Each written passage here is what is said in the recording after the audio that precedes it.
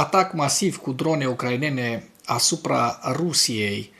Este vorba despre probabil cel mai mare atac ucrainean cu drone de până acum asupra Rusiei, dar și asupra unor zone din apropierea Rusiei, de unde Rusia lansează foarte multe atacuri cu drone asupra Ucrainei.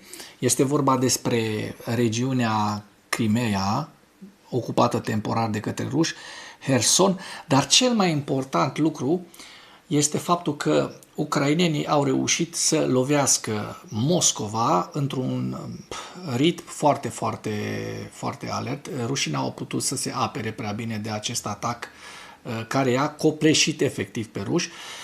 Este vorba despre mai multe lovituri asupra infrastructurii energetice rusești din Moscova și din împrejurim. Avem imagini foarte sugestive despre și cu acest atac și să nu ținem prea mult pe introducere, trecem direct la subiectele noastre. Rusia a raportat doborârea a aproape 600 de drone ucrainene, dintre care 130 au atacat Moscova. Moscova și regiunile înconjurătoare ar fi fost atacate de peste 100 de drone care au provocat, drone ucrainene care au provocat incendii masive.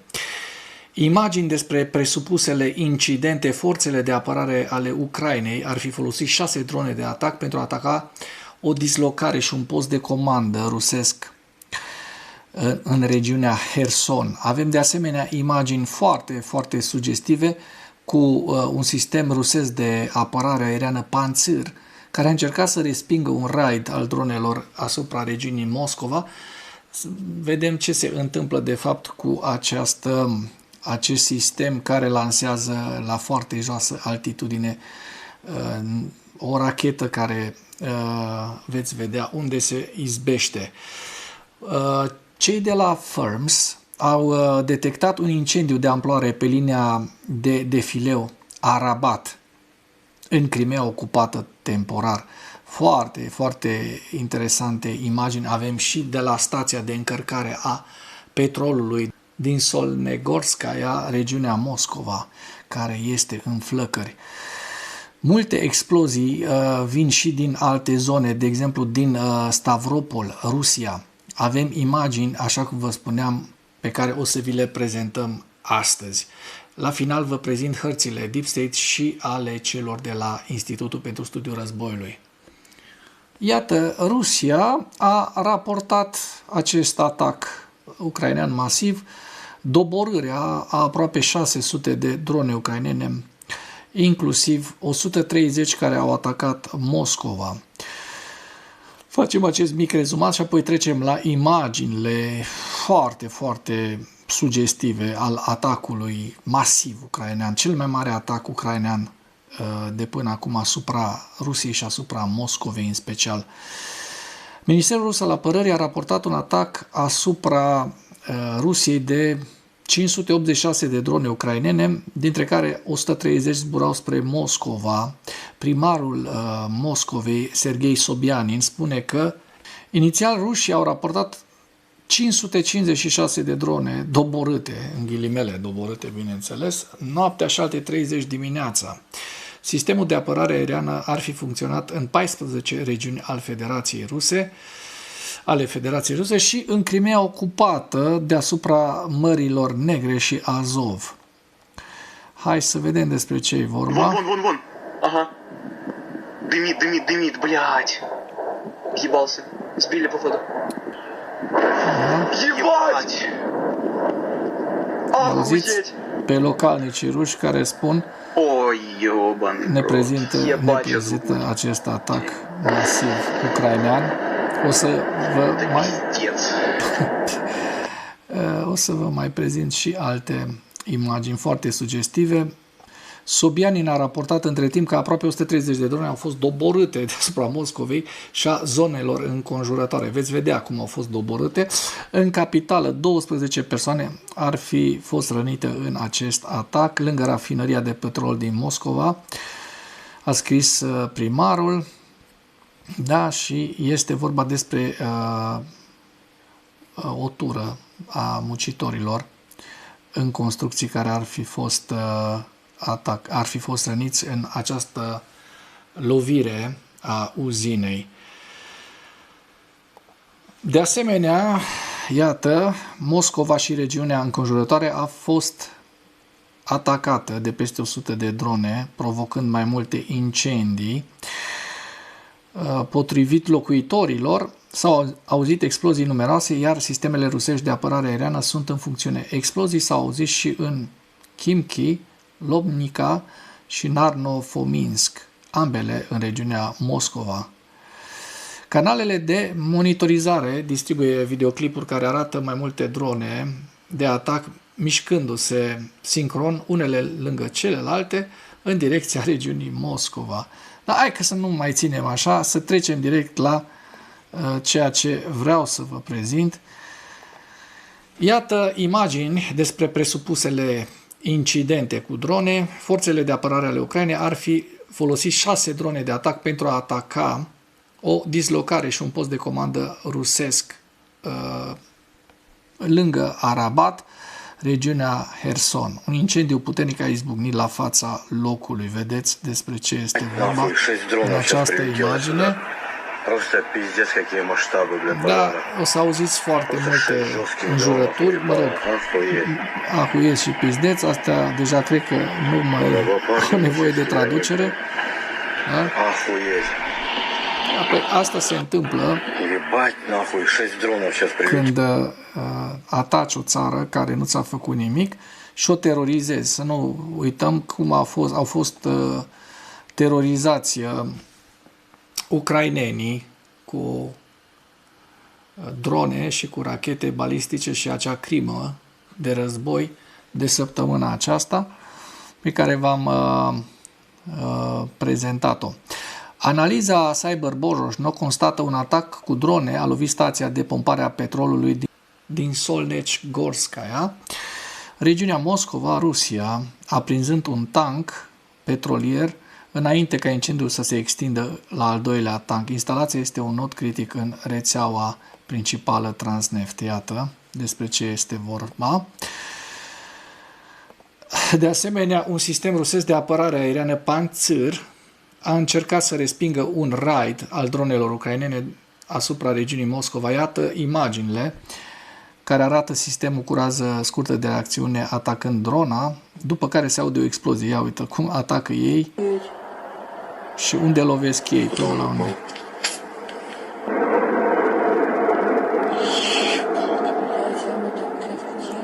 Da? Uite ce riscant. Nu contează oamenii. Nu contează rușii. Contează doar să se protejeze industria de petrol. Ați văzut ce jos a fost lansat, jos a fost lansată acea rachetă, da, de interceptare printre blocuri. Comandantul forțelor sistemelor fără pilot maghiar, Brovdi Maghiar, dacă vă spune ceva numele ăsta, a declarat că Moscow never sleeps. Da? Moscova nu va mai dormi niciodată. Nu mai doarme niciodată Moscova. După valul de atacuri din 16 noaptea, 17 mai dimineața, și-a arătat imagini cu dronele care atacau Moscova. De asemenea, l-a avertizat pe Alexander Lukashenko, președintele Belarusului, să fie atent la perspective după reluarea amenințărilor legate de Belarus. Foarte, foarte inteligentă această campanie cu drone ucrainene și foarte inteligent PR-ul. O rachetă dronă cu reacție a survolat, iată, regiunea Moscova în această dimineață. Racheta dronă seamănă foarte mult cu o rachetă dronă cu rază medie de acțiune BARS sau Palantisia, despre care am vorbit acum câteva luni. Ambele tipuri au o rază de acțiune între 600 și 700 de kilometri și transportă un focos de 50-100 de kilograme. Iată despre ce vorbim. Da?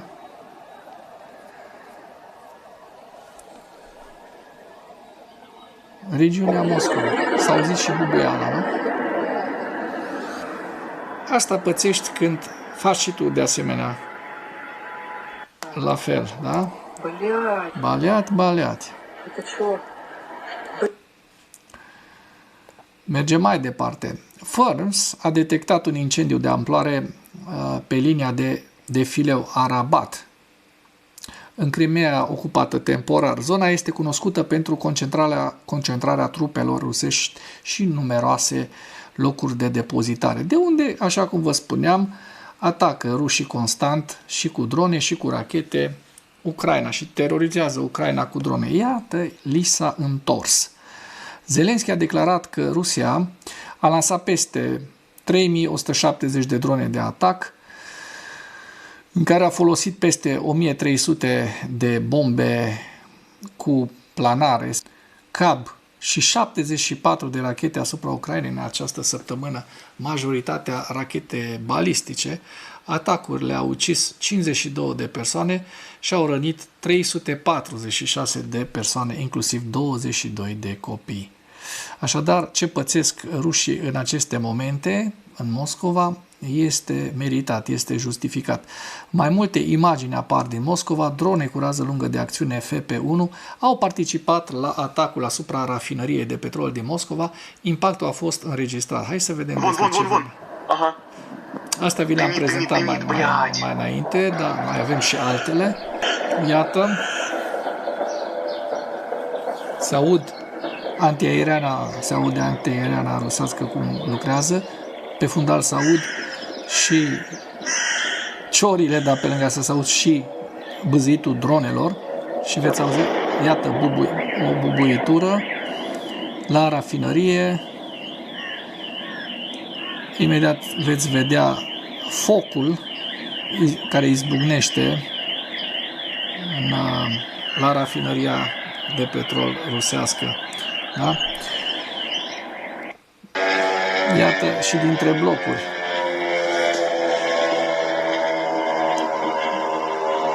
Altă dronă ucraineană.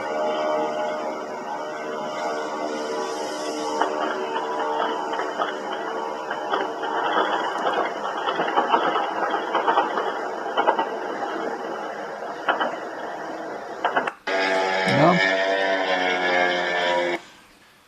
Dacă doriți să ajutați canalul Animatura, nu ezitați să comentați, să distribuiți acest material și să vă abonați. Mulțumesc!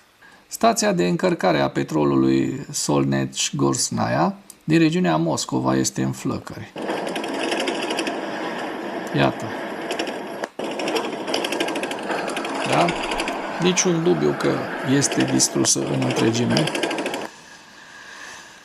De asemenea, imaginile pe care le avem arată un atac asupra rafinăriei de petrol din Moscova în timpul unui atac combinat cu drone ucrainene. Rafinăria s-a numărat printre numeroasele ținte raportate ca fiind lovite, alături de logistica combustibilului, microelectronica, producția de rachete și infrastructura aeroportuară.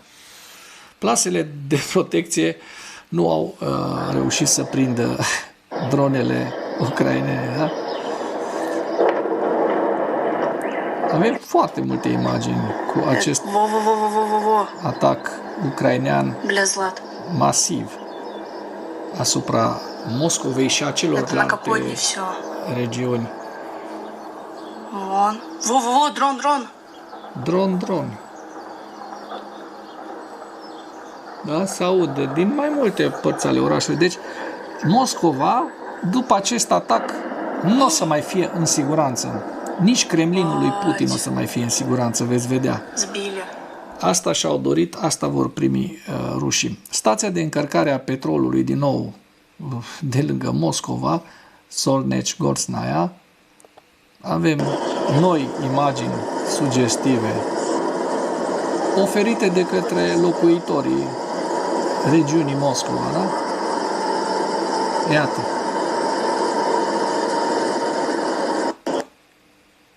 Da? Este niciun dubiu că rușii nu mai reușesc să-și protejeze nici orașele, nici rafinăriile, nici industria militară. Deci foarte multe astfel de imagini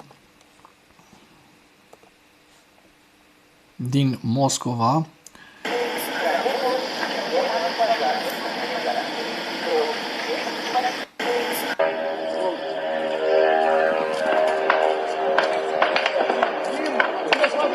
Ia uite cum intră în picaj drona ucraineană.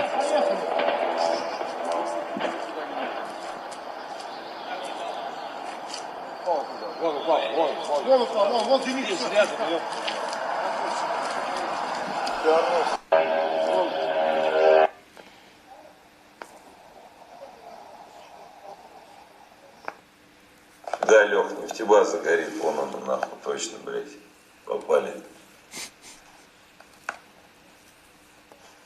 Da. Vom auzi tot mai multe înjurături în zilele care urmează. Iată un nou moment al unei explozii surprins pe camerele video, mă rog, pe telefon, de către ruși. Ia uite. Ох ты, сейчас как въебет. Foarte, foarte Это sugestiv, da? пиздец. Cam așa ceva. Da? Iată și o explozie la o benzinărie, cică, care v-am prezentat-o. Ёбаная хуйня. Da. Foarte sugestivă această imagine. We will fight to the last oil refinery. Vom lupta până la ultima rafinărie de petrol. We will fight to the last gas station. Vom lupta până la ultima benzinărie. Da? Întrebare. Deci circulă foarte multe meme pe internet. Hei, Vladimir Vladimirovici, cum este producția, cum merge producția de ulei, referindu-se la producția de petrol, bineînțeles, dar folosind uleiul, oil production doing, yeah? Da, foarte, foarte multe astfel de imagini, dar zic să trecem și la ziua 1544,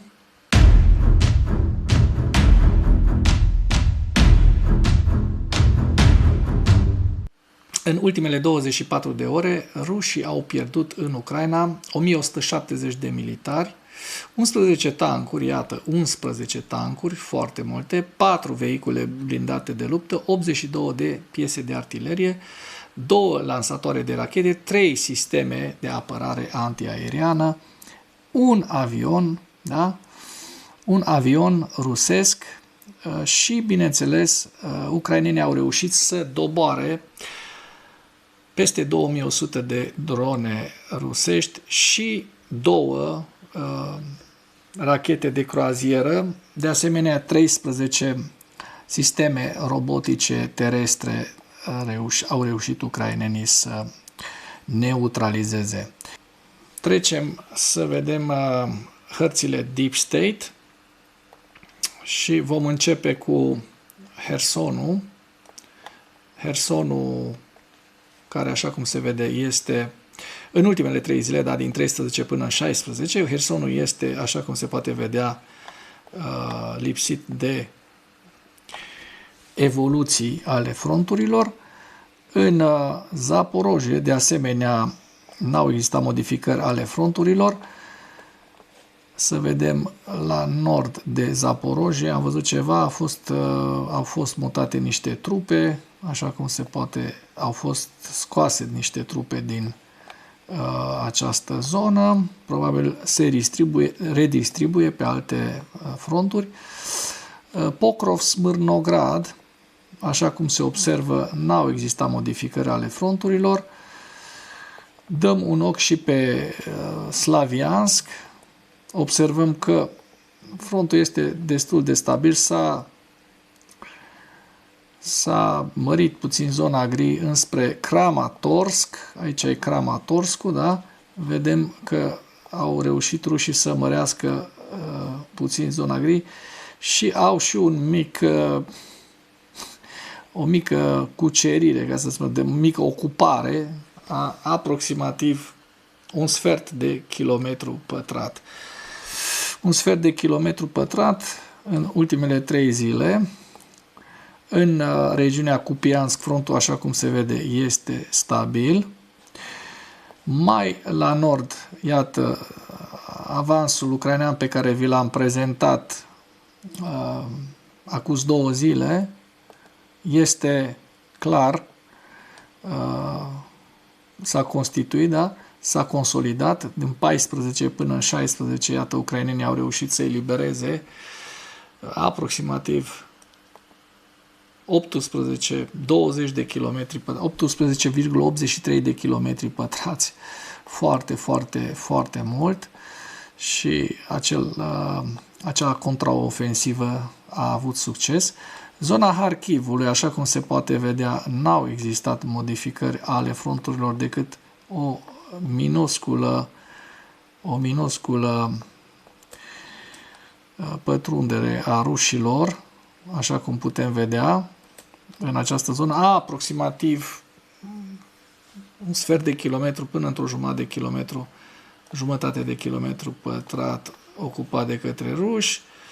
În regiunea Sumă, între Sumă și Harkiv, observăm că fronturile s-au stabilizat, iar la nord de Sumă, da, frontul de asemenea stabil. Așadar, rușii au reușit performanța să ocupe nici măcar un kilometru pătrat, în timp ce ucrainenii au eliberat 18,8 km pătrați și rușii au niște pierderi de câteva mii de oameni în fiecare zi, peste 1000 de oameni. Mare ispravă. Trecem la evaluarea campaniei ofensive rusești la data de 16 mai în viziunea analiștilor Institutului pentru Studiul Războiului, cu principalele informații. Cel mai înalt comandament militar rus a prezentat o evaluare extrem de inexactă a situației de pe câmpul de luptă pentru a 5-a lună consecutiv, susținând în mod absurd că forțele ruse avansează la vest de Kupiansk, lucru pe care, de fapt, nu l-au făcut. Gerasimov a identificat următorul obiectiv operațional al Rusiei după ocuparea orașului Kupiansk ca fiind Shevchenkove, însă forțele ruse nu sunt aproape de a ocupa orașul Kupiansk, lucru pe care ar trebui să-l facă înainte de a avansa de-a lungul autostrăzii H20 spre Shevchenkovo. Da? Așadar, rușii speră, și aici ne este prezentată harta Kupianskului, da? Vedem cu pretențiile de ocupație rusească în această zonă, da? Ei ar vrea, da, sunt 28 de kilometri de la Kupiansk până la Shevchenkove. Avansurile pretinse ale lui Gerasimov la vest de Kupiansk și de-a lungul liniei Kupiansk-Borova-Lăman sunt flagrante chiar și în comparație cu cele mai ample afirmații ultranaționaliste rusești din zonă. Aceste afirmații exagerate despre avansuri fictive, împreună cu plângerile bloggerilor militari ruși, pot indica faptul că cel mai înalt eșalon al comandamentului militar rus fie nu este conștient de realitate, fie nu dorește să admită realitățile câmpurilor de luptă, chiar și față de sine însuși, și prin urmare permite propriilor minciuni să influențeze planificarea operațională și strategică a Rusiei. Bloggerii militari ruși continuă să avertizeze că contraatacurile ucrainene și rapoartele false despre avansurile în alte zone ale frontului creează situații dificile la care comandamentul militar rus nu poate răspunde în mod adecvat. Kremlinul continuă să-și extindă eforturile de pașapoarte în Transnistria, da? Se pregătește, a apărut și Maia Sandu și a anunțat că se pregătește o provocare în Transnistria, o regiune separatistă pro-rusă, așa cum știm, din Moldova, pentru a adânci influența rusă în regiune. Forțele ucrainene și-au continuat campania de atacuri la distanță împotriva infrastructurii industriale de apărare rusești din regiunea Stavropol. Forțele ruse au lansat 294 de drone spre Ucraina peste noapte. La final vă prezint hărțile Institutului pentru Studiul Războiului cu axa nordică, regiunea Sumă, Harkiv, râul Oschil, Kupiansk, iată, departe de a fi cucerit de către ruși. Da, vedem cu galben această zonă care este o zonă gri, practic, o zonă disputată. Cu roșu sunt zonele în care rușii au reușit să le ocupe, iar cu albastru zonele în care ucrainenii continuă să le dețină. Da? Aici este scara. Da? Deci în aceste zone cu galben sunt infiltrați niște ruși, dar nu este orașul Kupiansk, iată cât este de mare, nu este ocupat. Rușii sunt așa pe la porți pe acolo, dar încă n-au reușit. După ce ocupaseră jumătate, vă aduceți aminte acea contraofensivă ucraineană care a scos și au reușit ucrainenii să se scoată afară din Kupiansk. Bun, mai departe Donetskul, centura de fortărețe ucraineană din Donbass, Pokrovsk și axa sudică, estul regiunii Zaporojie și Herson. Și cu acest ultim detaliu închei materialul nostru de astăzi cu îndemnul: dacă ați găsit informații utile, nu ezitați să-l distribuiți pentru a ajunge la cât mai multă lume. Mulțumesc mult!